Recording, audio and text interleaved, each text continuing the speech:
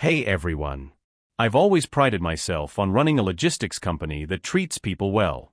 On paper, everything looked solid, steady profits, reasonable turnover rates, and no major customer complaints.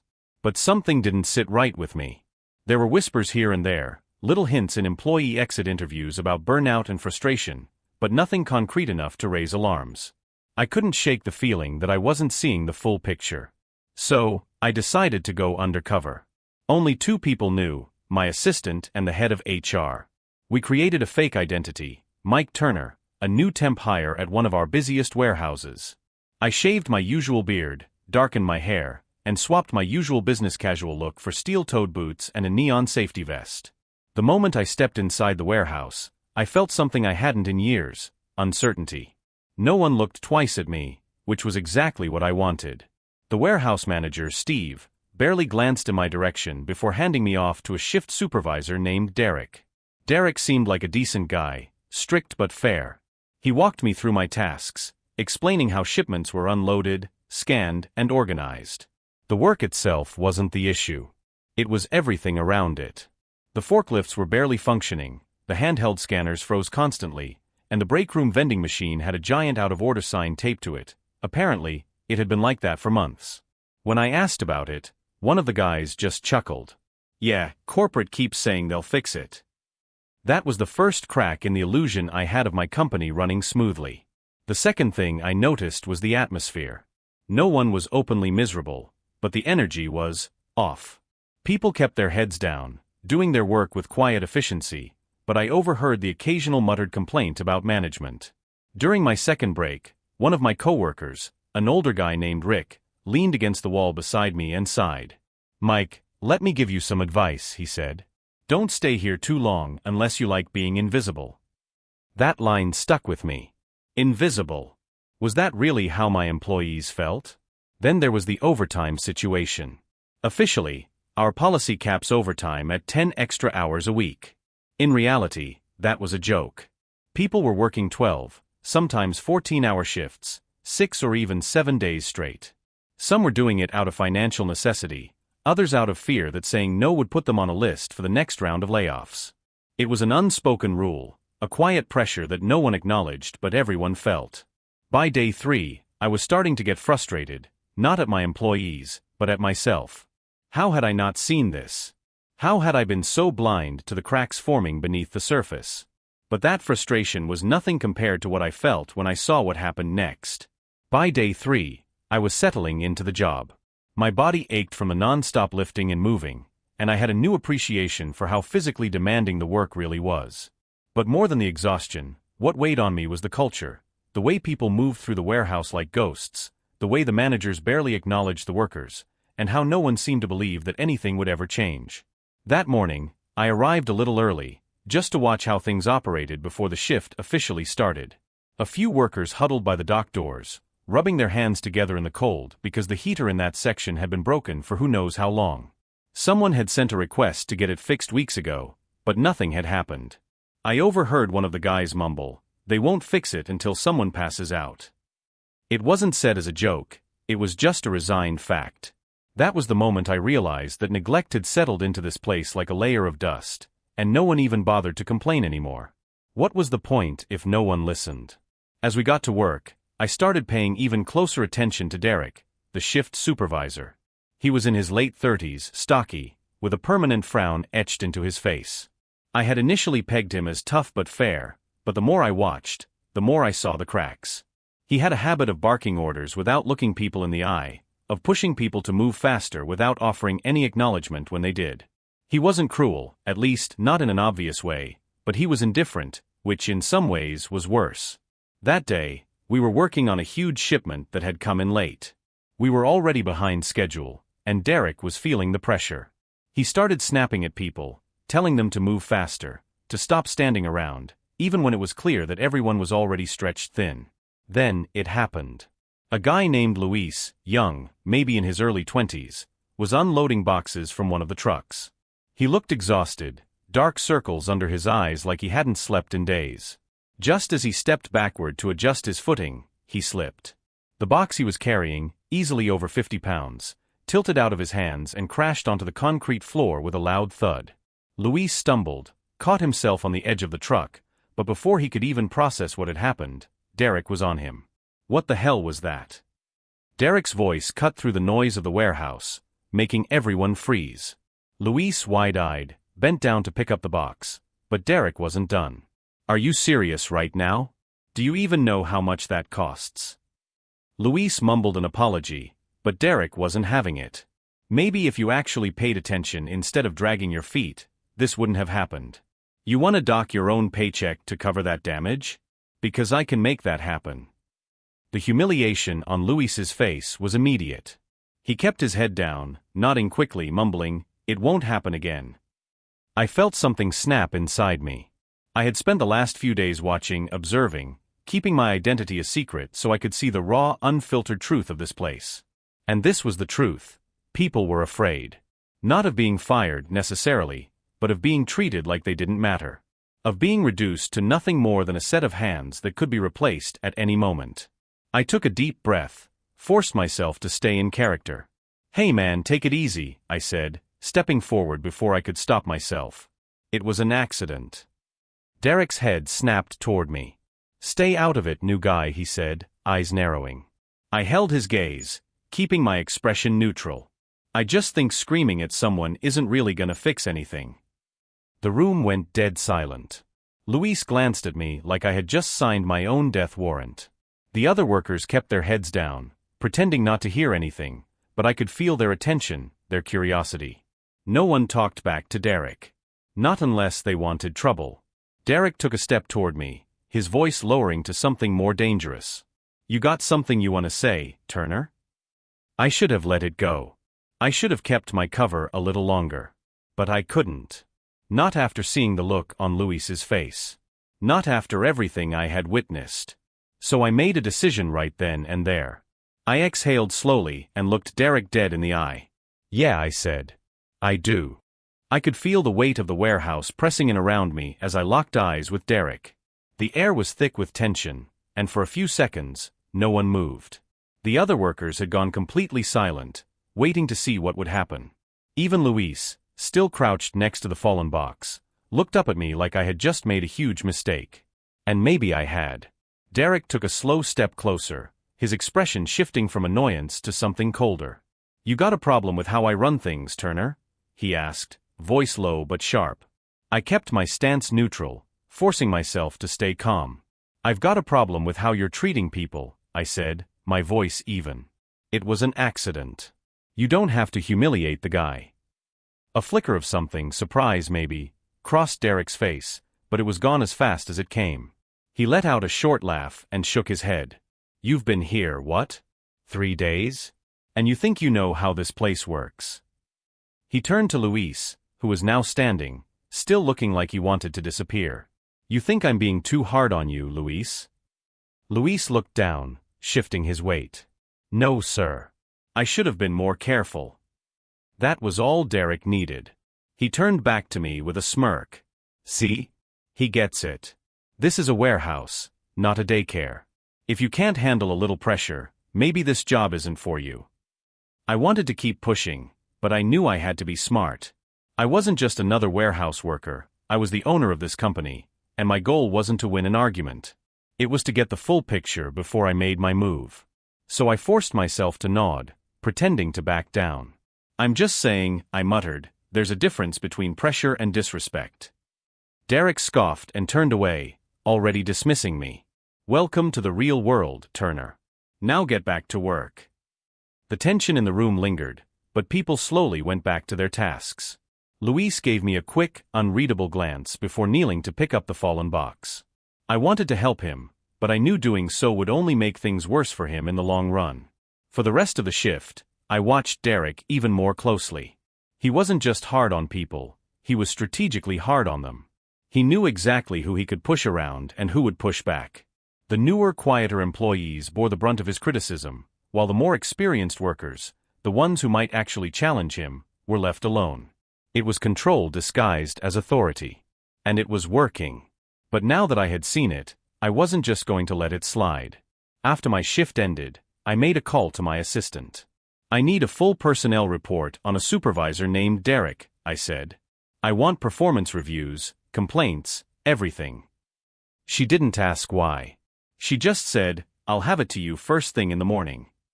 I barely slept that night. Not just because of Derek, but because of the bigger realization creeping into my mind. This wasn't just one bad manager. This was a system that had allowed a guy like him to thrive. And if that was the case, how deep did the problem really go? The next morning, I walked into the warehouse for my shift with a completely different mindset. Today wasn't about blending in. Today was about getting the final pieces of the puzzle. And I didn't have to wait long to find them. Halfway through the shift, I overheard a conversation near the loading dock. A few workers were talking in hushed voices, but I caught enough to make my stomach tighten. "You hear about Eddie?" one of them said. "Yeah, man," another replied. "Derek cut his hours. Said he was too slow. Guy's got 3 kids, what's he supposed to do?" I froze. Cutting hours as a punishment? That was against company policy. No wonder people were so afraid to push back. I was still processing that when another worker, a woman named Tanya, stormed past me, looking furious. She made a beeline for Derek, who was standing near the office door. "What the hell, Derek?" she demanded. "Why did I only get 4 shifts this week?" Derek didn't even look up from his clipboard. "Because you took a sick day last week," he said flatly. "I need reliable people." Tanya's face turned red. "I had the flu. I brought in a doctor's note. That's not how the schedule works." Derek finally looked at her, his expression cold. "Maybe not on paper," he said. "But in the real world, people who show up every day get priority. If you don't like it, no one's forcing you to stay." Tanya clenched her jaw, looking like she wanted to scream.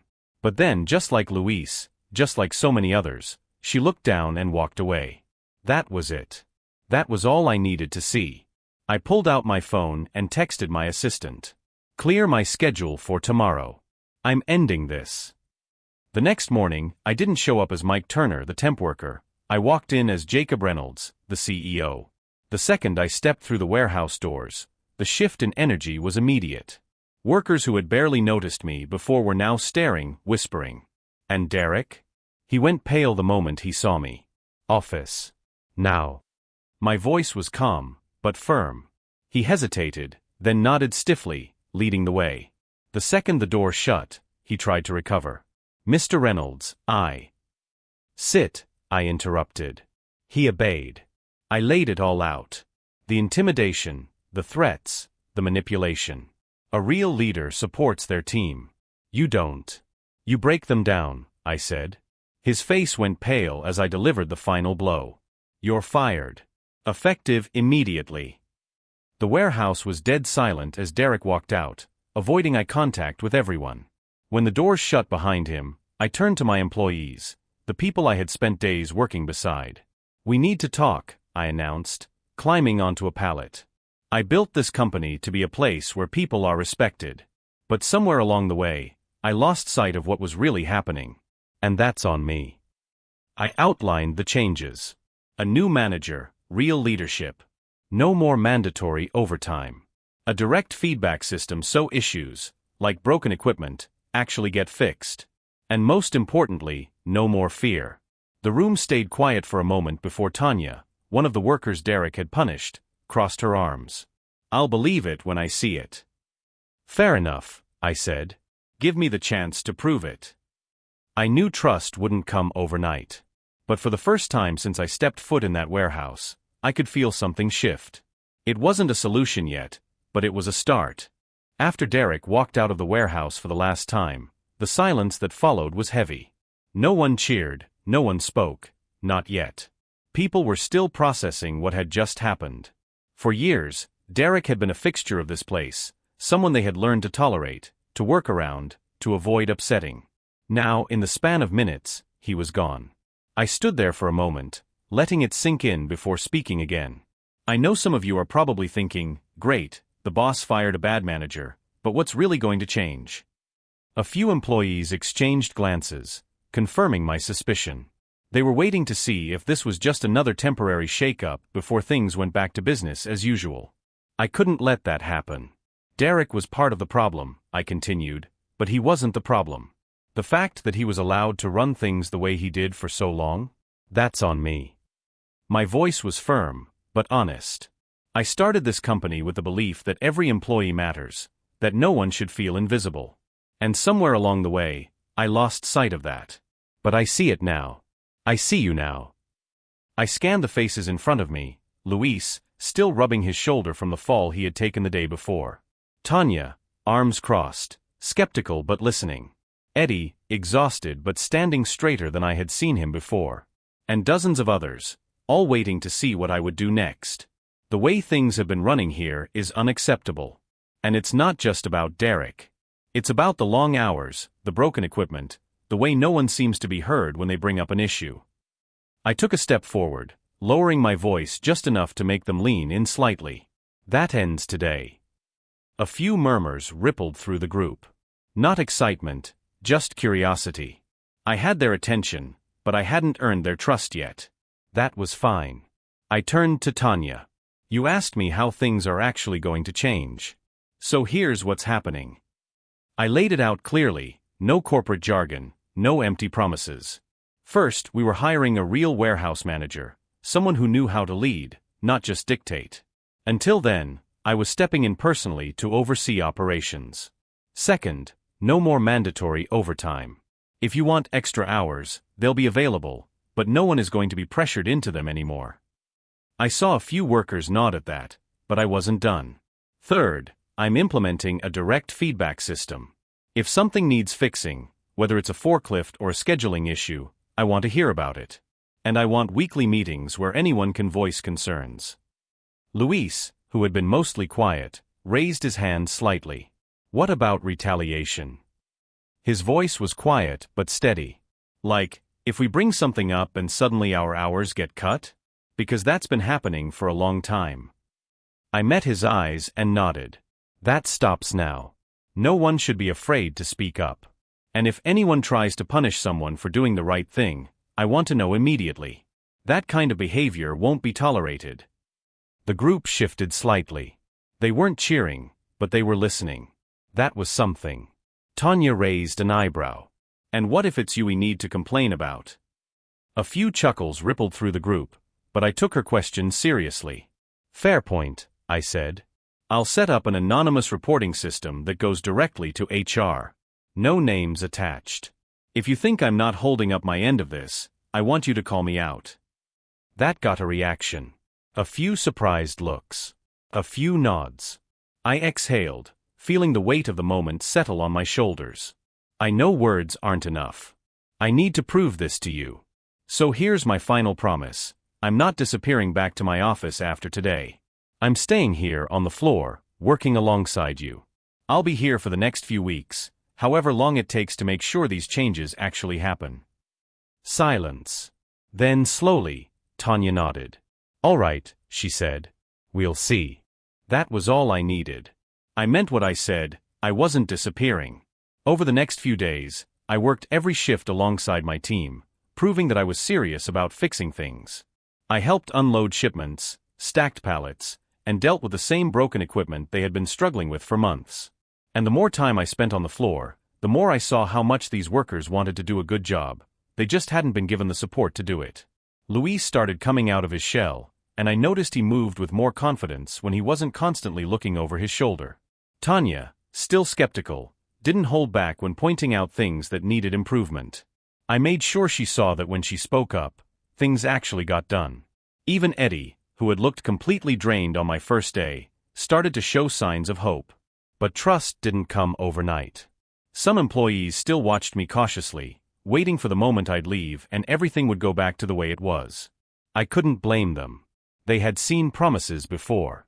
I just had to prove I wasn't like the others. At the end of the week, I gathered everyone again. You've seen me here every day, I said. And you've seen the changes start to happen. But this is just the beginning. I outlined the next steps, new equipment arriving soon, a full audit of past scheduling abuses, and a new warehouse manager coming in next week. I told you I wasn't leaving until things got better, I finished. And I meant it.